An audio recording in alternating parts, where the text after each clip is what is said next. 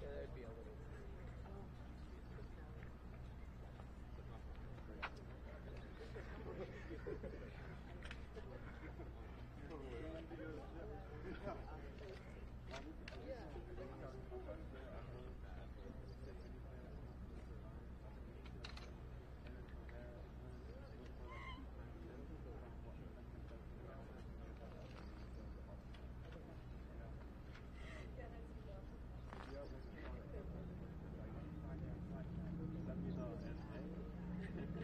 I'll get that locked in.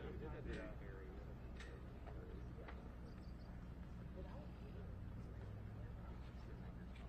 At the exact same time, yeah. Yeah, not online yet.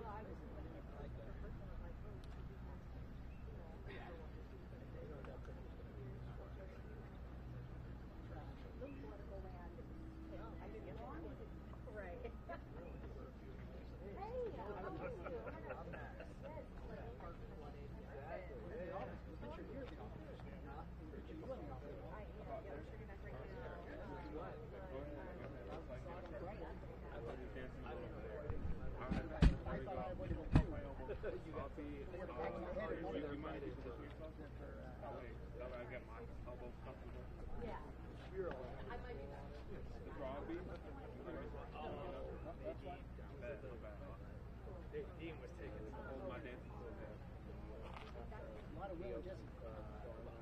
Go line on the face on me. Two handsome men like that. Why not? Yeah. I'm gonna ask that.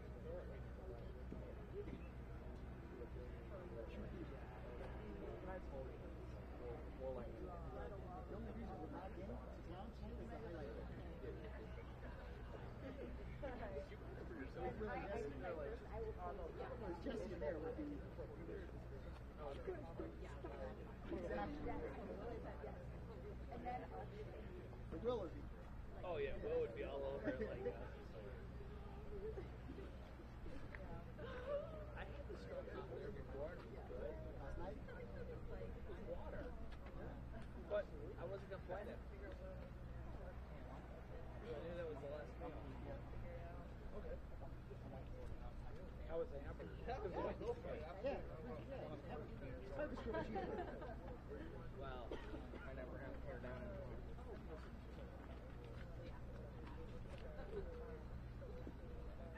No, you're good. Thank you.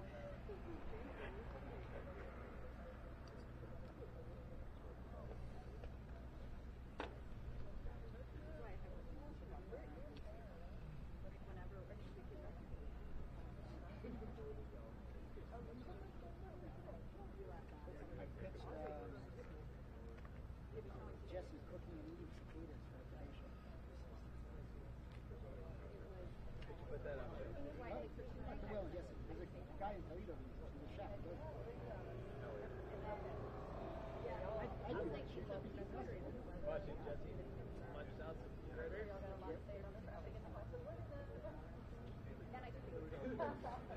Are you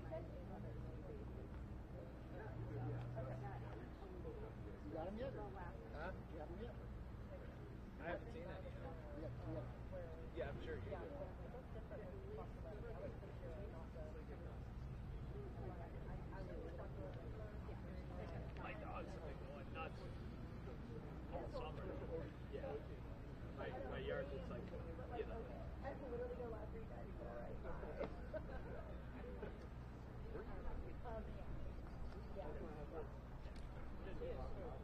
I love it. Yeah.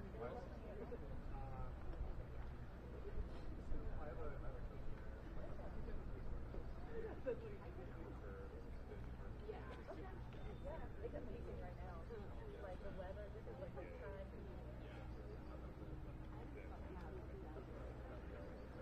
I barely snowed at all. Yeah.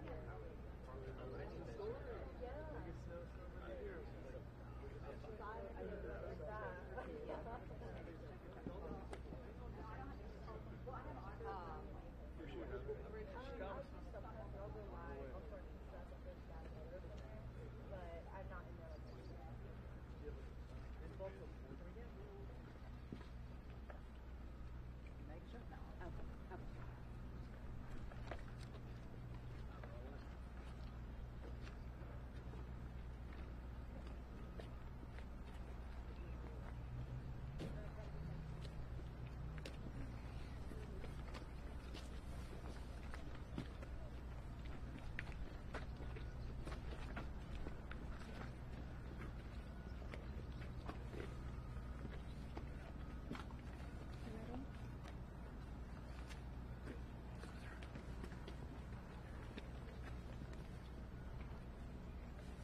Okay, we'll go ahead and get started. First of all, I want to thank you all for being here. Of course, tragic events that hit the state of Iowa last night across the entire state. We are on site this morning just really, once again, just to see the resiliency of Iowans. They are moving forward. The cleanup that has already taken place from last night is incredible. I'm going to have Representative Sorensen talk a little bit about what he was on site last night and just what it looks like this morning.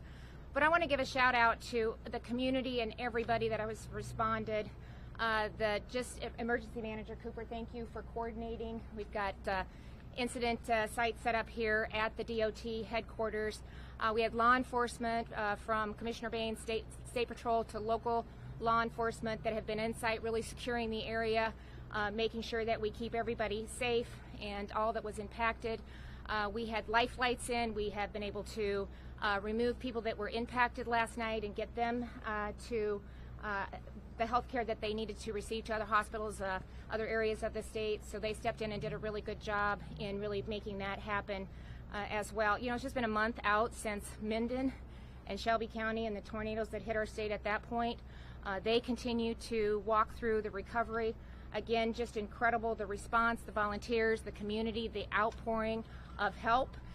In fact, we're probably going to hold on a lot of the volunteers for today because we want to continue to go through the debris and the cleanup and make sure that we're doing the jobs that we need to do right now. But incredible response from other EMS providers, directors, communities across the state have been on site and ready to help, and we just so grateful for all of their response to this incident. So, you know, we talked to a couple of people that have been impacted, again, in good spirits, grateful, digging through and looking forward. So I thought at this point, I thought I'd give Representative Sorensen a chance to talk a little bit about what you saw last night. This is your community, so you kind of give a unique perspective. Yeah, it was one of those things where I was painting in a church in Fontenelle and kind of keeping an eye on the weather and keeping on the phone with my wife, and she told me it was getting pretty bad over here and started getting calls from some friends and family, and so I kind of chased the tornado into town and out of town and just pulled into the bank parking lot. And you know, there's incredible common sense in this community. There's incredible resolve. People were already getting to work clearing debris out of the roads. I mean, everybody that brought a skid loader in, thank you a million. I mean, that was a way to clear the streets and make it accessible for emergency personnel. Everybody became little makeshift ambulances. We pulled a guy from the rubble and put him on a little makeshift stretcher that we made, threw him in the back of a truck of a guy that isn't even from Iowa.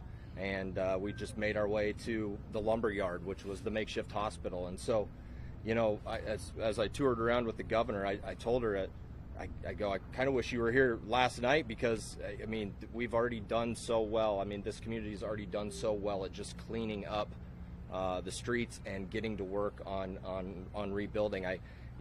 We may be turning volunteers away for now, but I know news and things like this are easy to forget. Please don't forget about us. Please continue to send volunteers and be at the ready, because we will need just hands on deck and chainsaws and whatever we need to, heavy duty trucks to get this stuff out of here and get started on the rebuild. So that's. Yeah, and that is just for today on the volunteers. So thank you for making sure that we clarified that. We just need to stabilize some of the debris and what's taken place. So I want to give you an update on what we were able to do last night. So as the governor, I issued the disaster proclamation, and that makes available not only individual assistance for those that have been impacted, but also state resources. So that will allow DOT to get on the ground and help remove some of the debris and just help with those, eliminate any barriers that they might have in connecting with our state resources. DNR is on site, and they're helping direct where we take the debris to, so that we're doing that appropriately.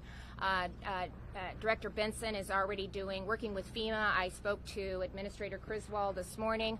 I had a call and a voice message from her the minute I got up. Was able to contact her. We indicated that we will be putting forth an expedited presidential declaration. We're hoping by no later than tomorrow we'll have those numbers in so that we can get them to the White House and get a presidential disaster declaration as quickly as possible. We're going to file for individual assistance again and public assistance. As you know, the hospital was damaged, and so we want to make sure that we're providing resources for them as well. That also opens up SBA and other opportunities. There's been ag damage again, just like we saw in Shelby and in Midden, and so in Pot County, and so we'll again hopefully will qualify for USDA assistance as well. But all of that is in the works. Unfortunately, we have a lot of FEMA personnel on the ground right now. So John, I think you'll be able to coordinate with your team and really simplify that process. Instead of making it a two-step process, we'll hopefully be able to do it together, and we can get them the numbers as soon as possible. So I really do appreciate Administrator Criswell's outreach and willingness to be on the ground and to do everything we can to get this on the desk of the White House and get that approved, so we can get the additional resources that those have been impacted are going to need. John, is there anything else I need to address? No, I think you've covered it. You give me a good timeline, I'll meet it. Okay, we're going to be aggressive. We can turn these around fairly quickly, and so I'm sure, especially after looking at the amount of devastation, the community is flattened and the debris. If we qualified in Pot County and in probably in Shelby, we're gonna qualify again. So we just need to turn that around as quickly as we can, so that people know here are the resources that are available. Anybody else have anything to add? Governor, can you update us on the number of fatalities and injuries? No, not at this time, because it's still a search and rescue, and we don't want to give out any misinformation, and so that's one of the reasons that we're keeping the site secure. So when we have those numbers, we'll be sure and get them to the media, but at this point, we're not prepared to address that because it's still a search and rescue. Are people still missing? It's still a search and rescue, and so we're going to continue to do everything we can to monitor the area. Do you have any? With it still being a whole coordinated search, that's the whole methodology that we're looking at, with being so controlled with who is allowed in at this time. It is still a search mission, as far as we're looking to make sure all residents are accounted for. When we have this many homes that have been destroyed and just fully demolished, we want to make sure that every resident, every person is accounted for. So we're going to continue doing that, and then once we have those numbers, we will send that information out. Do we know how many people have been displaced from their homes? No, that's all still part of what we're still fully gathering. We were told that the square was largely spared, but were any historic landmarks, important buildings hit? I would say a lot of the important landmarks for me are just the skyline of the trees. There's so many old historic trees in town that are gone, and not to downplay people's houses completely destroyed, but that to me is part of the history of Greenfield, are some of those old trees, and it's a completely different town now. I mean, there are just slabs in a lot of the homes. I was glad that it spared the grandstand at the fairgrounds, because that's another historic grandstand, and so that we've been lucky there. I also want to just, the hospital did a great job too of just dealing with those that have been impacted and really working with Life Flight. We had 4 Life Flights land last night, so incredible response from that perspective too, to get those that were injured to safety and to critical resources. So really appreciated what they were able to do. I think several of the surrounding hospitals were able to take some of the patients, as well as of course Des Moines was able to take some of the patients as well. Just your gut reaction to seeing It's just gut-wrenching. I mean, I was just in Minden, as I said, 3.5 weeks ago, and that was horrific. And I think there's even more debris and just more more impacted here. So it is just horrific. It's hard to describe until you can actually see it, the devastation. And it's just, but at the same time, I can't begin to tell you just how heartwarming it is to see just everybody out there helping each other. A friend was going through a neighbor's place looking for photos and just personal items that she could get back to the owner. So you just see that over and over, and just the amount of people willing to step up and step in. I think Representative Sorensen talked about somebody that wasn't even from Iowa that had a truck that made a makeshift to get somebody that was impacted to the resources that they need, to the health care that they needed. So you just see that over and over, and it's just it's heartwarming. It's not surprising. It's incredible. It's one big, I've always said Iowa is one big community, and we certainly see that in times of tragedy, and we're witnessing it again, but it's horrific. Talk about Menden, and your state is used to tornadoes, but Governor, what would you say to people who feel like they're seeing an increase in the frequency and the severity of these storms, and they're scared? Yeah, well, I think, it's cyclical. So at times we kind of were under what the average was, and sometimes then people step back and maybe don't take things as seriously. Now we're above what the average is, and so my advice would just be, when you hear these warnings, it is incredible. I want to give a shout out to the Weather Service too. They were able to track this storm, and they were almost to a half an hour, if not even closer than that. Incredible, really giving advance notice, letting individuals know when it would hit and where it would hit, and they were almost spot on. And I tell you, the other reason that was so important, that we were able to just really pinpoint it that closely, we had a lot of kids still in school. And so based on the early advance notice that we were able to get, many of our schools got those kids out of school early, and it hit here at 3. So that would have been the time that the kids would have been on a bus and heading home, and it could have been devastating. So again, that is just getting better and better about really understanding the movement, when and how we can prepare. But I think right now we're going to take it pretty seriously. When they say you need to take cover, it means take cover. So it's important that we listen to the warnings that are available to us right now. Governor, I just had one question about the impact of the hospital. So one thing we had heard, and I don't know if this was confirmed, but that patients possibly had to be moved out of the hospital because it had been damaged into another location. Did that end up being true? I think that was true. Yeah. No, that was true. They did a great job in doing that. Actually, the ambulance was out of the facility that they were housed in, or else that could have been an issue. But they set it up, I think at the lumberyard is where they set up a makeshift kind of hospital, ER, triage, thank you. So they were able to get people there and start to provide them the resources that they need to address the issues. What kind of patient were they like? No, I don't know the details, and again, I'm not going to speculate. That's where we get in trouble. But they were able to get everybody that was impacted the help that they needed, or transported to where they could be helped. A hospital being hit and having to move patients seems like that's like a worst case scenario. Can you just kind of put into context? I mean, how bad is that when you're? Well, I think what I would put into context is how well they responded. We prepare for incidences like this.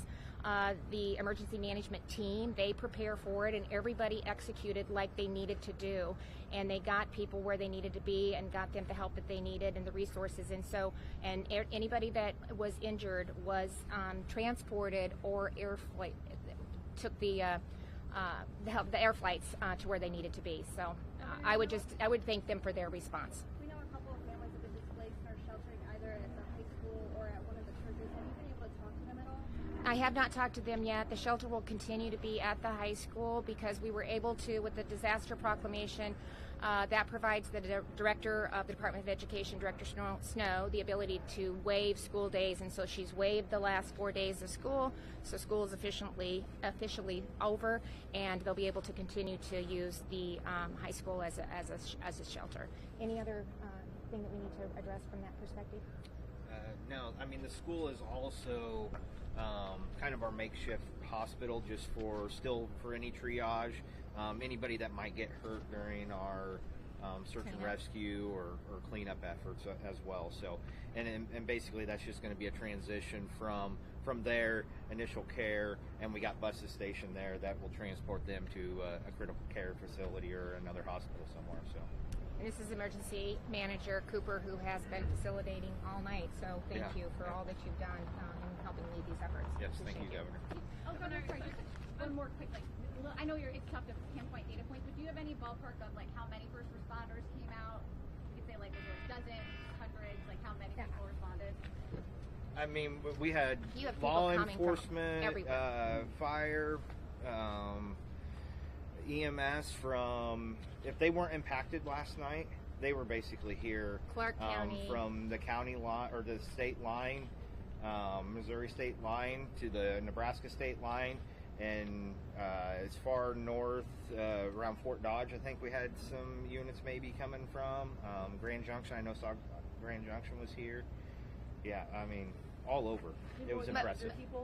Oh yeah, easily. I mean, they just come.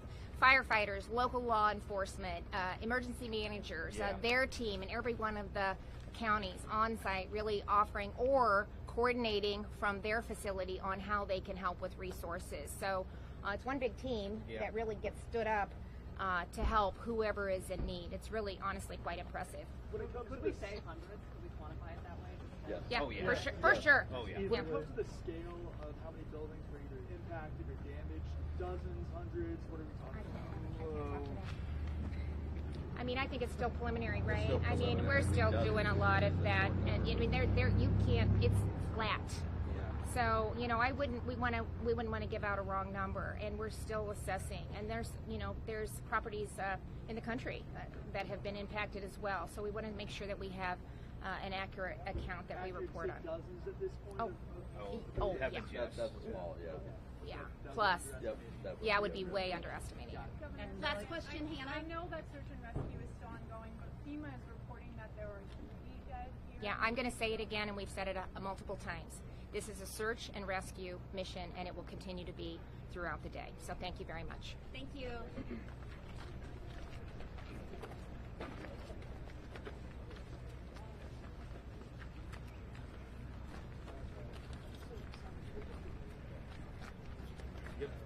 Give me a few minutes.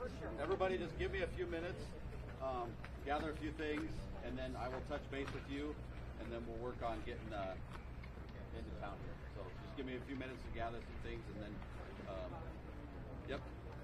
we'll be following law enforcement in. Yep.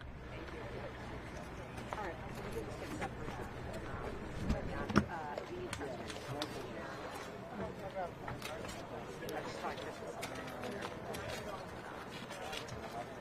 straight down, be ready to go.